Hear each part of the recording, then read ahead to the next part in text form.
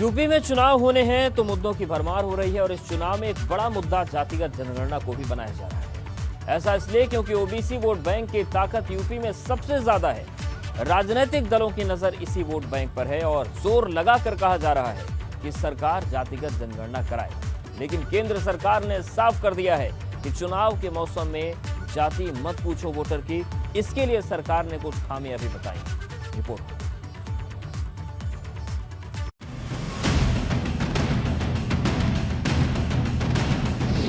OBC जनगणना पर रार, मायावती का भाजपा पर प्रहार।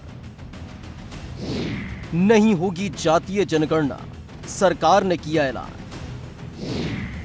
यूपी चुनाव में सबसे ज्यादा चर्चा ओबीसी की हो रही है। राजनीतिक दलों की हर योजना ओबीसी से शुरू होकर ओबीसी पर खत्म हो रही है और इस बार सबसे ज्यादा जोर ओबीसी जनगणना का है, क्योंकि कई राजनीतिक दल केंद्र की मोदी सरकार से ये मांग कर रहे थे कि इस बार ओबीसी जातियों की कितनी संख्या है ये साफ हो जाए, ताकि जिसकी जितनी भागीदारी उसकी उतनी हिस्सेदारी तय हो सके। और ये मांग सबसे ज्यादा यूपी में कोई उठा रहा है तो वो है बसपा सुप्रीमो मायावती।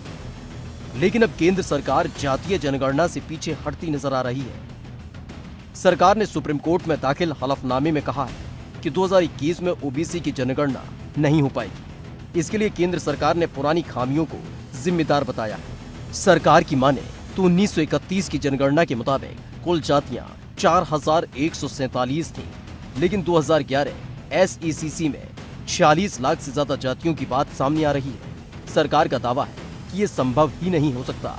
हो सकता है कि इनमें कुछ जातियां उपजातियां नहीं हो, लेकिन अगर इसे सच मान लिया जाए तो सही आंकड़े सामने नहीं आ सकते। यही वजह है कि सरकार ने हाथ पीछे खींच लिए हैं। लेकिन मायावती सरकार के इस फैसले को लेकर हमलावर हो गई हैं। शुक्रवार को मायावती ने एक के बाद एक 2 ट्वीट दाग दिए और इसे सरकार की वादा खिलाफी बताते हुए जमकर निशाना साधा। आगामी विधानसभा चुनाव से पहले जातिगत जनगणना को लेकर सभी विपक्षी दलों के सुर लगभग एक से हैं और ऐसे समय केंद्र सरकार की तरफ से सुप्रीम कोर्ट में यह हलफनामा दाखिल किया गया है कि ओबीसी की जातिगत जनगणना करना प्रशासनिक रूप से कठिन है।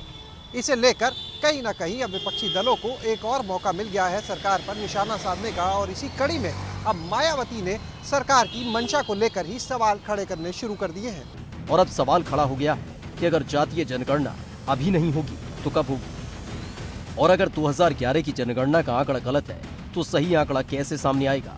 क्योंकि सरकार की दलील के बाद जनगणना का गणित सुलझने की जगह और ज्यादा उलझ गया है। लखनऊ से एबीपी गंगा के लिए शैलेश अरोड़ा की रिपोर्ट।